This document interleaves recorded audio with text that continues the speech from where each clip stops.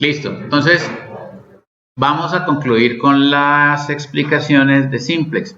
La semana pasada o la vez pasada que nos reunimos, terminamos con este tablero y habíamos dicho que por lo menos faltaba un tablero porque todavía había una variable dispuesta a aportar, dispuesta a entrar.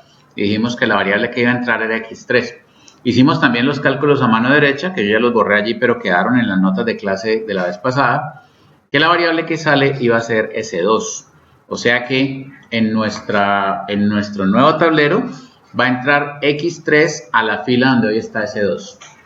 Aquí abajo, Sebastián y Estefanía me han dictado el último tablero ya como queda. Entonces observen que en las variables básicas yo tengo que efectivamente X3 ahora está ocupando la fila donde antes estaba S1 y tenemos en la fila de Z, fíjense que ya no hay ninguna variable que tenga un coeficiente negativo. Tenemos que revisar también que el famoso cuadrado o el famoso rectángulo, no, cuadrado de Gauss-Jordan se nos cumpla. Y observen, las variables básicas son S1 tiene un 0 en su columna en la fila de Z, tiene un 1 en su respectiva fila y el resto ceros, está bien. X3 tiene 1 en la fila de X3, 0 en todos los demás elementos de su columna, está bien. X1 tiene en su fila columna un 1 y el resto de elementos de la columna de X1 son 0, está bien. Y S4 también tiene su columna de forma correcta. Entonces, la solución que vamos a leer aquí es la siguiente. Z es igual a 280. X3, ¿qué era X3 en el problema original? ¿Alguien recuerda?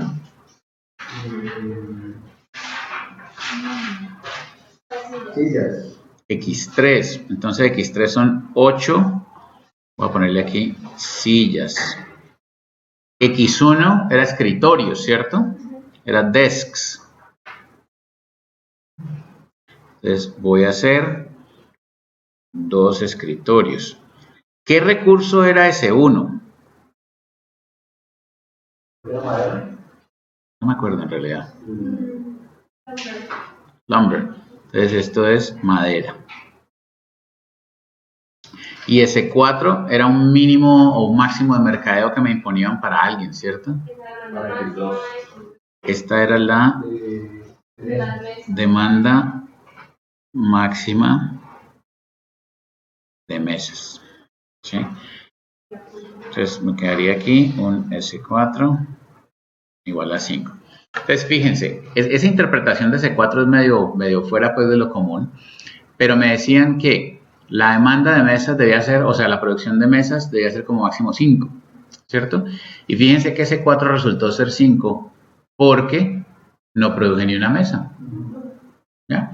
Si yo hubiera producido algunas mesas menos que 5, el S4 tendría que reflejar eso, ¿sí? Porque fíjense que es qué tanto me aparto del igual de la restricción.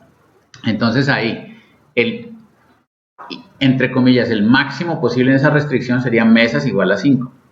Como yo no llegué a eso, sino que me quedé en mesas igual a 0, lo que me estoy apartando del signo igual son 5 unidades. Por eso el S4 vale 5. ¿Lo pillan? Listo. Bueno, les quiero que observen un par de cosas. Bueno, ¿cómo era la función objetivo original? Esto era maximizar z igual a 60x1 más 30x2 más 20x3. Listo. Entonces, observen. En este caso, yo tengo que las variables que tomaron valores reales son x3 y x1.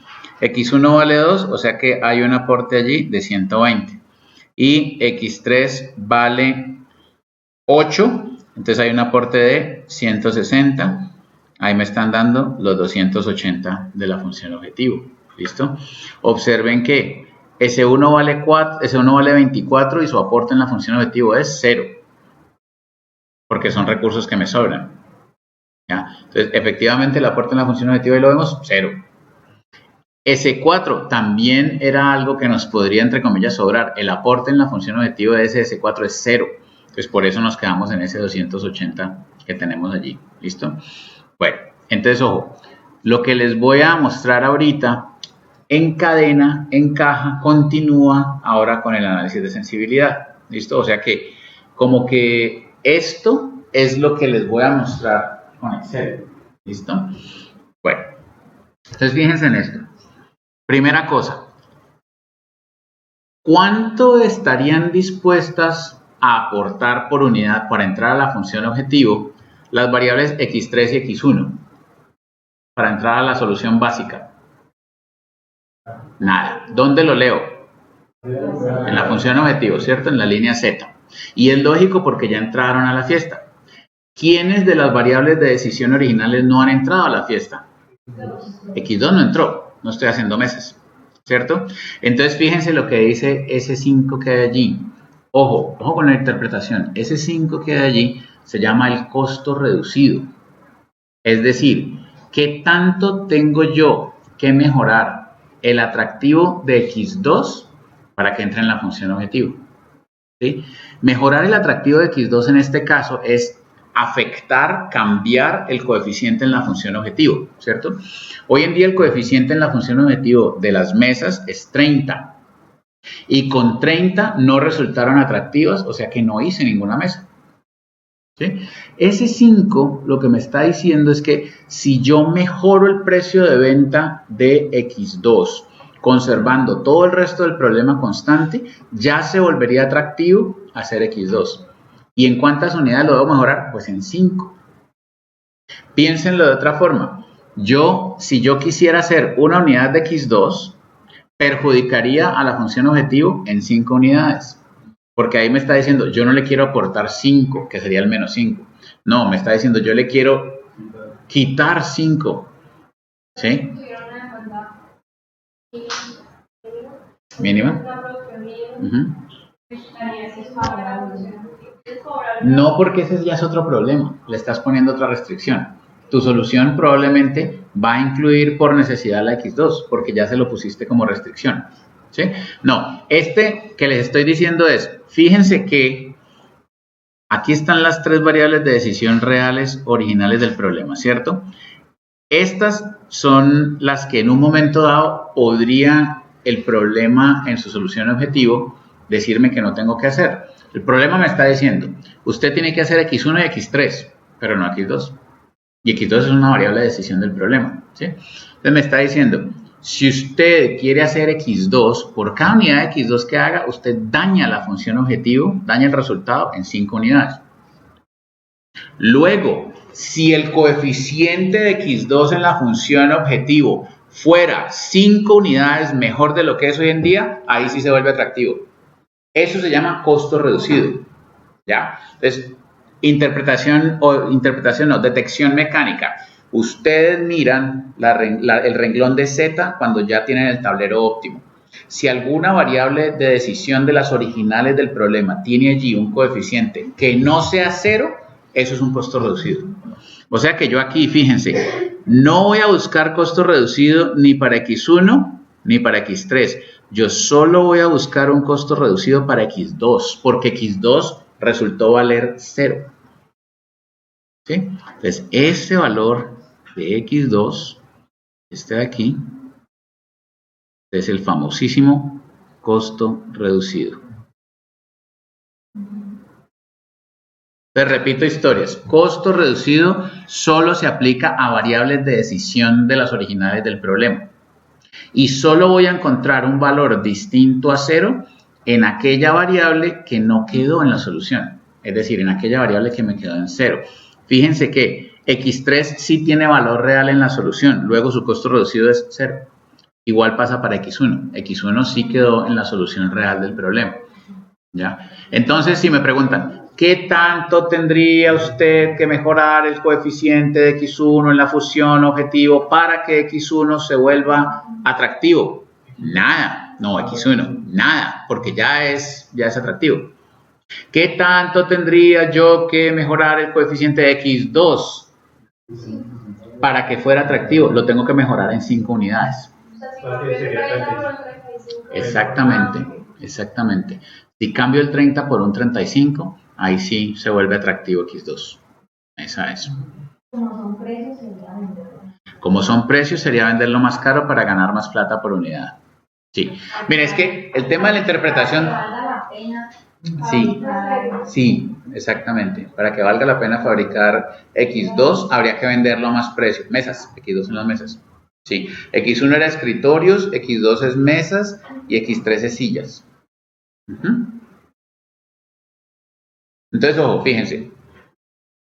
Yo podría, si yo quisiera saber cuánto debería mejorar, subir el precio de X2 para fabricarla, corro el modelo de Excel y yo podría decir, bueno, hoy en día vale 30, ponele 31, correlo. ¿Ya fabricaste X2? No. Subile a 32, volverlo a correr. Subile a 32. Si son varios productos, ahí ya empieza a ser engorroso el asunto. ¿Ya? Estos modelos ustedes saben que se pueden correr para 100 productos a la vez, o sea. ¿Sí? Entonces, fíjense, con ese 5 hay varios supuestos. Uno de ellos es que yo subo el precio, pero la demanda no cambia. La demanda no cambia.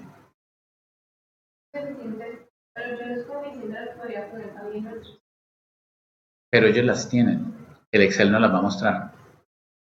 El Excel nos va a mostrar cuáles son las restricciones de esos coeficientes. Sí, sí los tienen. Supongamos que yo subo el coeficiente de X2 en la función objetivo a 100. Es posible que ese producto se vuelva tan atractivo que deje de hacer los otros. Entonces me cambia la solución. Yo estoy corriendo y... ¿Qué viste? Y me deja, por los suma límite que es 35. Y me deja de fabricar X1. Ah, ok. Entonces, en una nueva solución sería fabricar X3 y X2 y te descarta X1. Eso es. Entonces, fíjate lo que dice allí eso, que si uno conservara constante el precio de X1, constante el precio de X3 y mejora el de X2, empieza a fabricar X2 y deja de fabricar X1. Eso es lo que está diciendo, ¿cierto? ¿Sí? ¿Cuántas unidades de X2 fabrica? 1.6. Métele más candela, subirle a 50 el precio de X2 y volverlo a correr.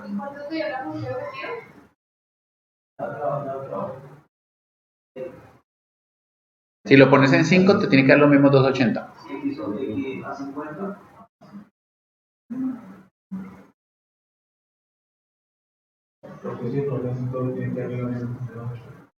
En el punto exacto límite, sí.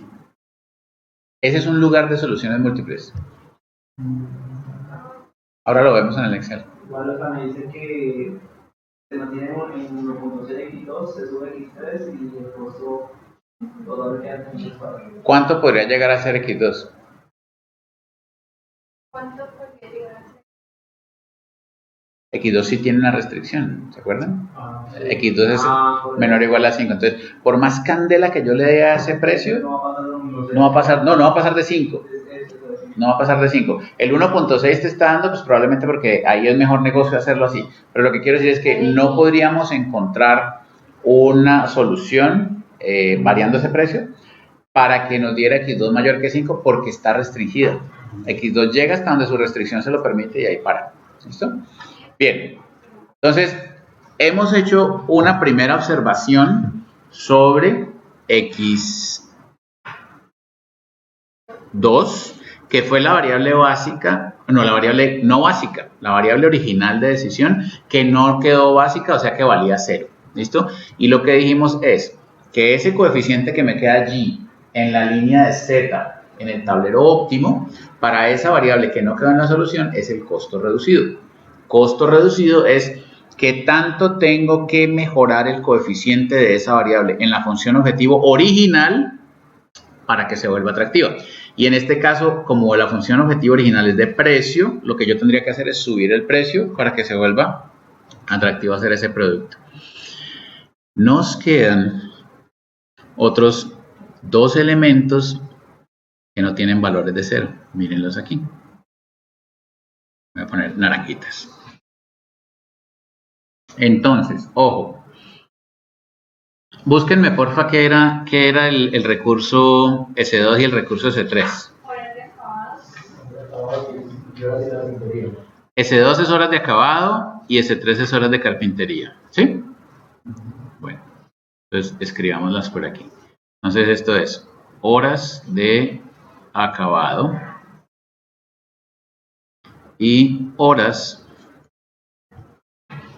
de carpintería. Sí. Como el CO2 y el no está dentro de las variables básicas, ¿Qué quiere decir? que las consumí totalmente. Ajá. Como S1 resultó valer 0 porque no es una variable básica, S3 resulta valer 0 porque no es una variable básica, o sea, les pasa lo mismo a ambas. Eso lo que quiere decir es que si la variable S es 0, el recurso no me sobra. O sea, que lo usé todo, lo gasté todo, ¿sí? Si a mí me preguntan, ¿cuántas unidades gastaste de horas de acabado? Yo digo, todas las que había disponibles. Si a mí me dicen, ¿cuántas horas de carpintería gastaste? Yo digo, todas las que había disponibles. No recuerdo pues el enunciado original, pero esas horas que me decía allí, creo que eran 28 o 40 y 20, una cosa así. 28. Esas horas me las gasté completicas. O sea que de horas de acabado gasté las 20 que había. Horas de carpintería gasté las 8 que había. ¿Listo? Como me las gasté todas, acuérdense que la variable S representaba lo que me sobra del recurso. La holgura. Esas dos variables pues no me sobraron. Esos dos recursos no me sobraron. La holgura fue 0. No hay holgura. No hay holgura. ¿Sí? Entonces, ojo, ¿qué quiere decir? Que mi posibilidad de producir más unidades de los distintos tipos de producto está limitada porque esos dos recursos se acabaron. ¿Sí? Bueno, entonces ojo con esta interpretación que les voy a decir aquí porque es crucial en la interpretación del análisis de sensibilidad.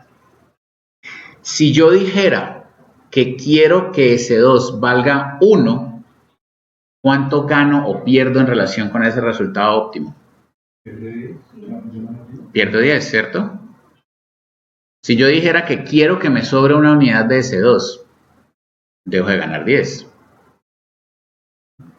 Pasó, Giovanni, ¿estás pensando? Bueno, vale. Me perdí desde antes, porque usted sabe que S2 y S3 eran 0. Listo. No, devolvámonos. Fíjate en la columna de la variable básica, ¿cierto? O sea, la columna de la extrema izquierda. La extrema izquierda.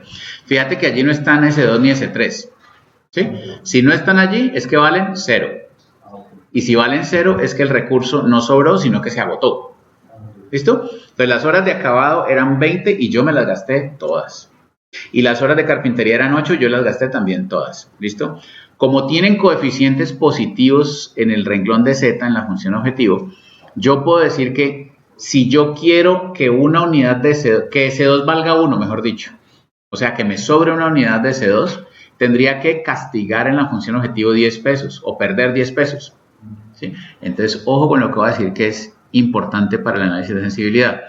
Eso lo que quiere decir, puesto hacia el otro lado, es que si yo tuviera una unidad más de S2, podría ganar 10 pesos más. Correlo ahí, Luis, por favor. ¿El problema original lo tenés? Sí. Entonces, a S2, aumentarle la disponibilidad, creo que es de 20, subísela a 21. Pero Solamente cambiando eso. Dale. S2 es la disponibilidad que tenés de horas de acabado. ¿Cuánto tenés allí? ¿20? 20.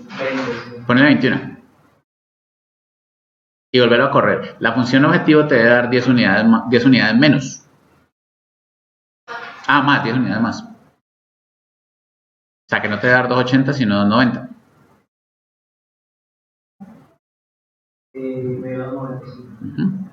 Entonces miren lo que dice ahí eso, que si yo en lugar de tener 20 horas de acabado, tuviera 21 horas de acabado, podría ganar 290, podría ganar 10 pesos más. ¿Sí lo ven? Ojo, eso, entonces, eso se llama, pero no sé dónde voy a poner esto. Espérame que tengo un dilema aquí gráfico. Tengo demasiada información y no sé dónde poner lo que quiero poner. Bueno, andame preguntando, dale. Si en ese caso yo aumento en una unidad S2, en la función objetivo no debería entrar como variable básica. Es una buena pregunta. Lo que estamos haciendo ya se llama análisis post-óptimo, es decir, ver qué pasa después de que ya he encontrado la solución óptima. ¿Sí? Entonces, espérate, verás. Y ahora vamos despacio. Ay. Esto era el costo reducido. Chan, chan. Y horas acabado y horas de carpintería. Tal vez lo que puedo hacer es esto. Horas acabado aquí. Horas de carpintería aquí. Entonces, ojo, estos dos valorcitos de 10 que hay acá, ¿cierto? A ver, puedo hacer esto. Un lindo óvalo, ¿sí? En forma de maní. Ojo, esto se llama el precio sombra.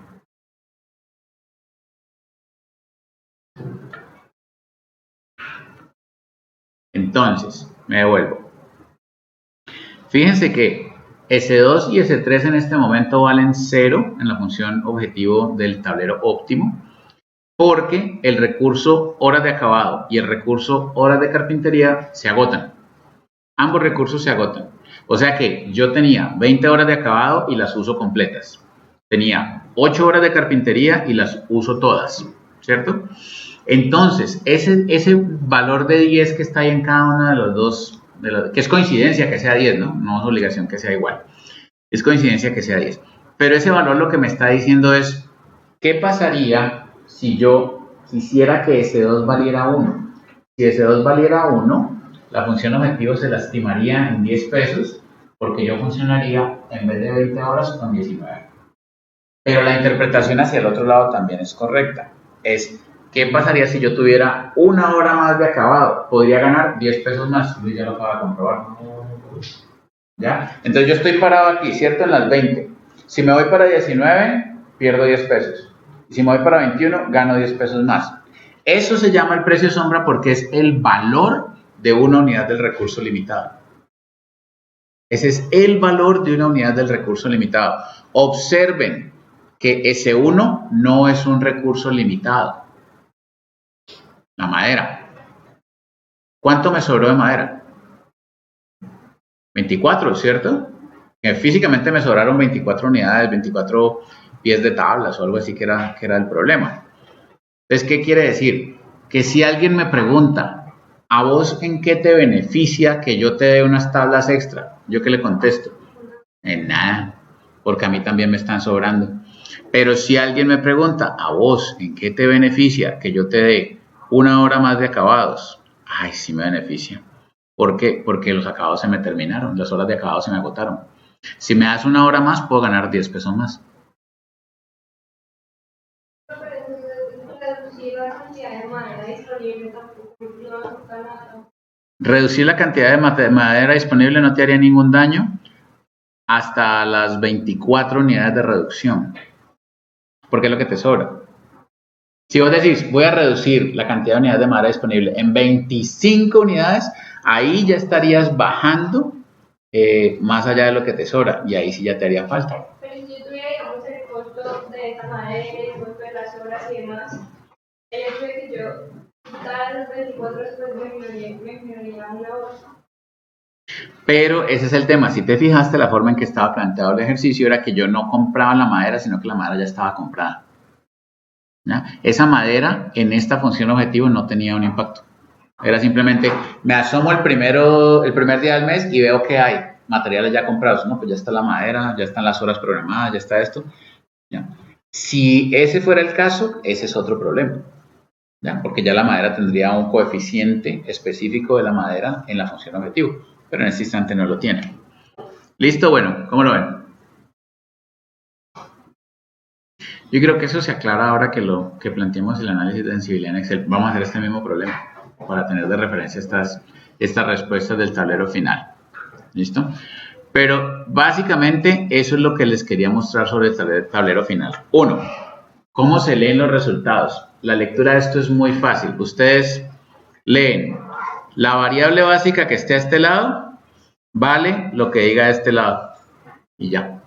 Entonces Z vale 280, S1 vale 24, X3 vale 8, X1 vale 2, S4 vale 5. ¿Listo? O sea, la lectura es el extremo izquierdo tiene el valor que esté en el extremo derecho. Bueno, para la forma en que usted me está viendo. Lo que esté en el extremo izquierdo tiene el valor que diga el lado derecho de todo el tablero. ¿Listo? Renglón por renglón. Así se lee. ¿Listo? Luego, yo miro si hay alguna variable de decisión de las originales del problema, o sea, en este caso son las X, X1, X2, X3. Hay alguna variable que no resultó ser básica en el tablero final. En este caso, no es básica X2. Miro qué coeficiente tiene. Y ese coeficiente que tiene es qué tanto debería yo mejorar el coeficiente de esa variable en la función objetivo para que se vuelva esa variable atractiva. Y eso se llama costo reducido. Si son autores españoles no le llaman costo, sino coste. Así lo usan ellos, coste reducido. ¿Listo? Pero básicamente es eso, ¿qué tanto tengo que mejorar el coeficiente en la función objetivo de esa variable para que la variable empiece a ser atractiva y ya no valga cero su cantidad de unidades a producir, sino que valga un valor positivo? Y luego miro en las variables S, las variables de las holguras, ¿cierto? Y miro si alguna de ellas, las que resultaron ser cero, es decir, que no son parte de la solución básica, miro qué coeficientes tienen. Esos coeficientes se llaman el precio sombra. Y el precio sombra quiere decir, 1, ¿cuánta plata además podría yo ganar si tuviera una unidad más del recurso? Y de forma análoga es, si me quitan una unidad de recurso, ¿cuánta plata de menos ganaría? ¿Listo? O sea que, miren que si S2 se consume en 20 unidades, ¿sí? Yo tengo 20 unidades de las horas de acabado, puedo ganar 280 en total. Lo que dice el precio sombra es que si usted tuviera 21 unidades, podría ganar 290. Y si tuviera 19 unidades, podría ganar 270. ¿Ya? El análisis de sensibilidad ahorita lo vamos a hacer sobre esos mismos parámetros y esos mismos resultados. ¿Listo? Hasta allí. ¿Alguna pregunta? ¿Precios son presentados sobre las holguras? Sí. ¿Y costos reducidos sobre las variables originales? Sí. Sí. Si a vos te interesa el tema de esas interpretaciones y esos análisis, el experto local en esa vaina se llama Juan José Bravo. Sí, porque él, pues sí le ha investigado mucho el tema, ¿cierto? Y él, por ejemplo, te puede explicar en qué caso el precio la interpretación del precio sombra no es válida como uno lo hace tradicionalmente, porque hay unos casos fronteras raros que se pueden presentar. Entonces, ¿ya? O qué pasa cuando ocurre todo el fenómeno de las restricciones que son mayor, igual o igual. ¿Cuál es la interpretación de los precios sombra allí? Él te lo puede explicar. El tema es que este ejercicio que hicimos de simplex es del formato más simple, más sencillo, que es función objetivo de maximizar y todas las restricciones son de menor o igual. Pero el tema es que toda la matemática ahí se sostiene para los otros casos. Simplemente hay que hacerle como unos pequeños pasos adicionales pues, para poder volverlo un tablero normal y usarlo normalmente. Pero la lógica de qué es el precio sombra y cómo se interpreta y todo eso se conserva. ¿Listo? Yo no quiero realmente, no voy a ahondar pues más en el tema de simplex con los otros casos y todo eso, porque yo lo que quiero que vean, si ustedes fijaron en la clase pasada, la manera en que se manejó el simplex de paso a paso hacía que fuera inevitable llegar a la solución óptima. Era inevitable. Y fíjense que aún estando en la solución óptima, el tablero final nos da información adicional para hacer análisis de sensibilidad y tomar otras decisiones. O sea, muy interesante. ¿Ustedes tienen por ahí algún problema que hayamos hecho en solución gráfica? Es que quiero mostrarles también otra cosa interesante. Esperen y verán, busquemos. El de la prueba corta 1. Que es una función objetivo, 2 restricciones. Si yo tuviera internet, lo podríamos hacer si el dinosaurio nos ayudara ¿Ya tengo internet? ¡Ay, sí! Ya tengo internet. Muy bien.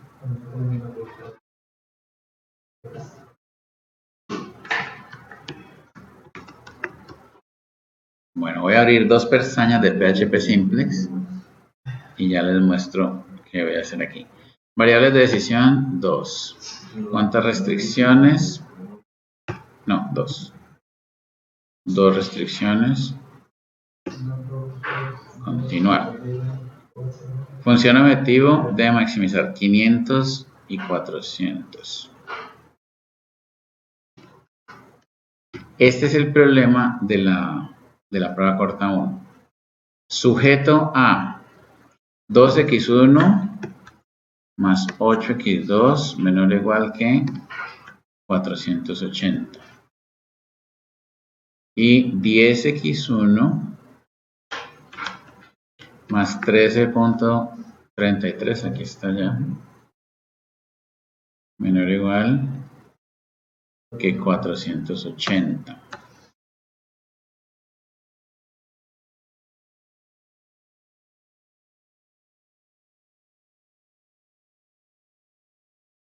Bueno, entonces ahí lo está haciendo por método simplex, ¿listo?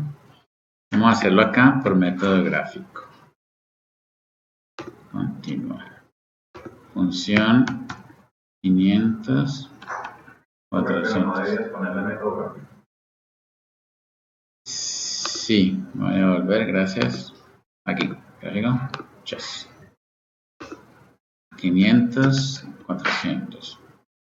¿Aquí era qué? 12, 8. 12, 8. 480, 10, 13, 480. Beautiful. Listo. Aquí está. Bueno, entonces mire. Método simplex.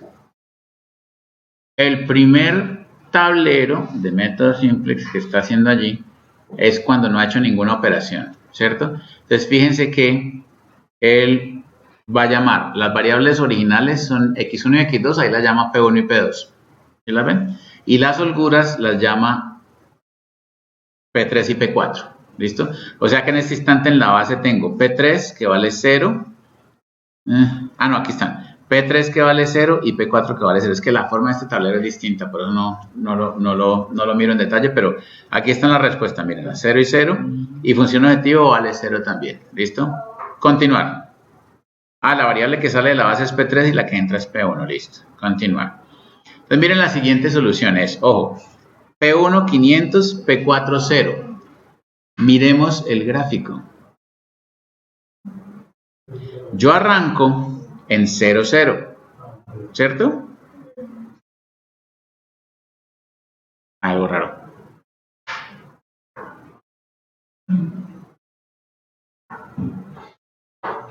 ¿Cómo diablos se lee esto?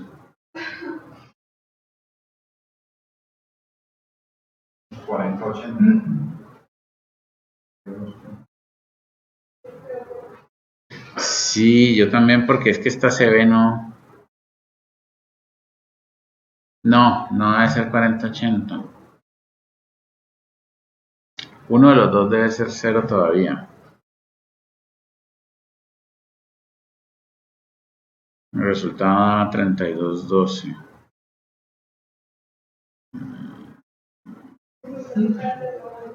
No, ni hola.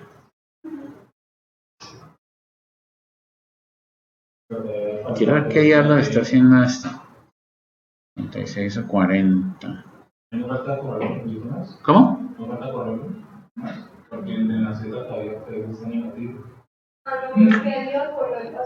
Sí. Ajá. Tablero a tablero. Pero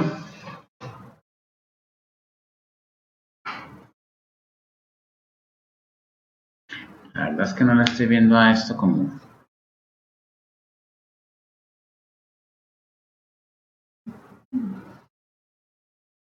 Bueno, PHP Simplex no fue una herramienta buena para esto, pero venga, les explico qué es lo que estoy tratando de mostrarles.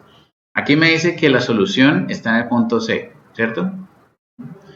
Viendo el gráfico, yo les puedo asegurar que hay que hacer por lo menos 2 iteraciones de simplex, con una sola no sale.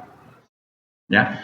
Primera cosa, ¿se acuerdan que yo arranco con las variables originales del problema en 0 y arranco con las holguras, ¿cierto? Como variables básicas.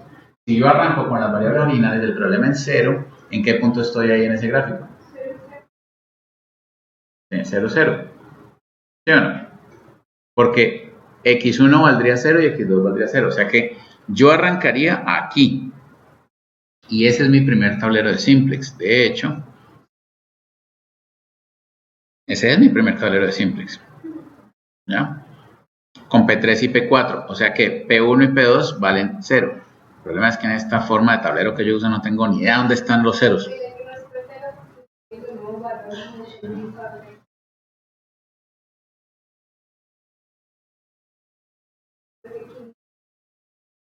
Ese 500 es el coeficiente en la función objetivo.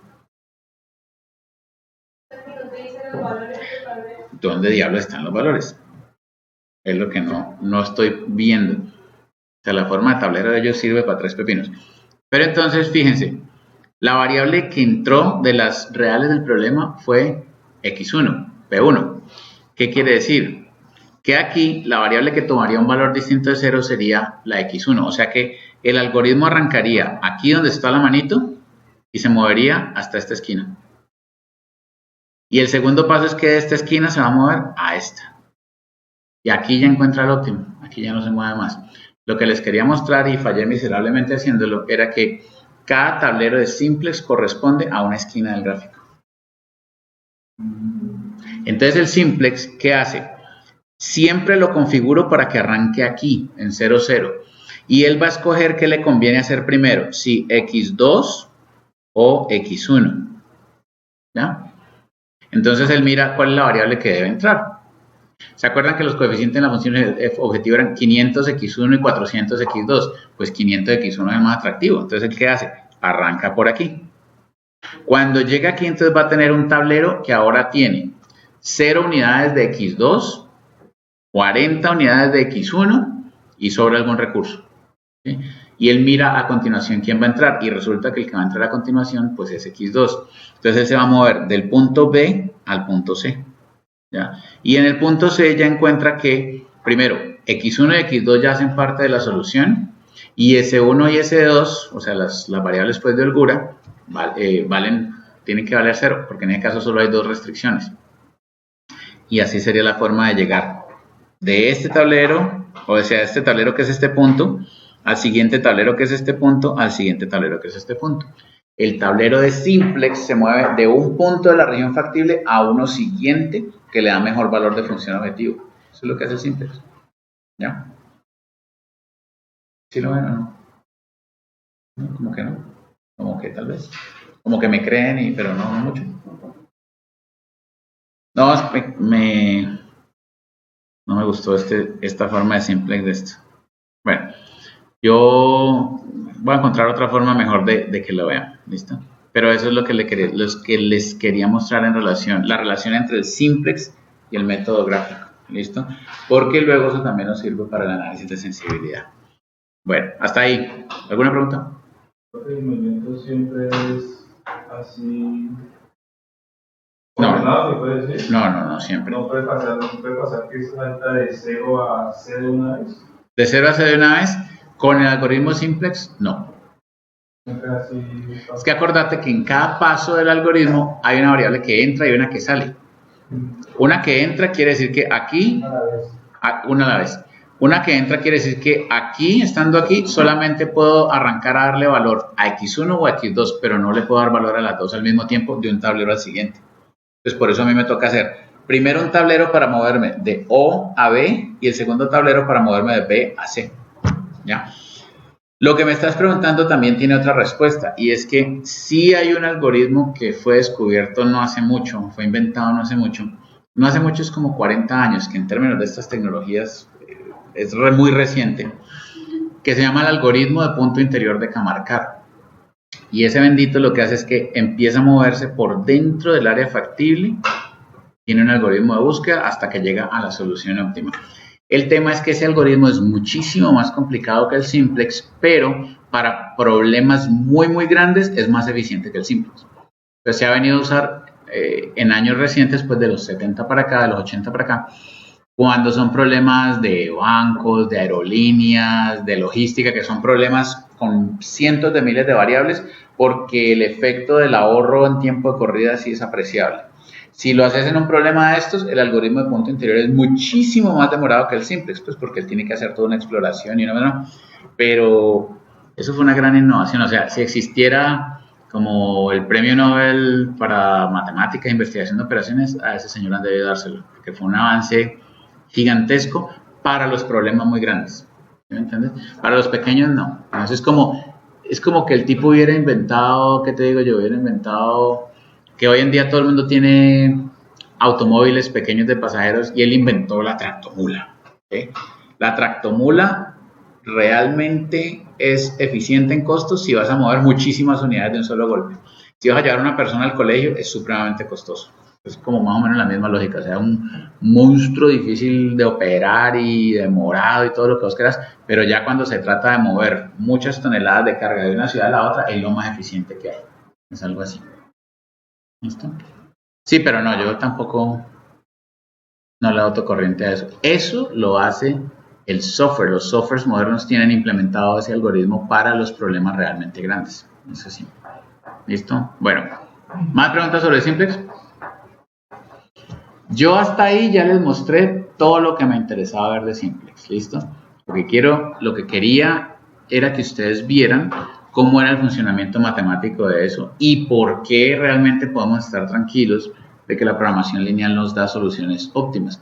Entonces, obviamente existen variaciones de esto para cuando las restricciones son de mayor o igual y cuando las restricciones son de signo igual. Y también para cuando tenemos problemas de minimizar.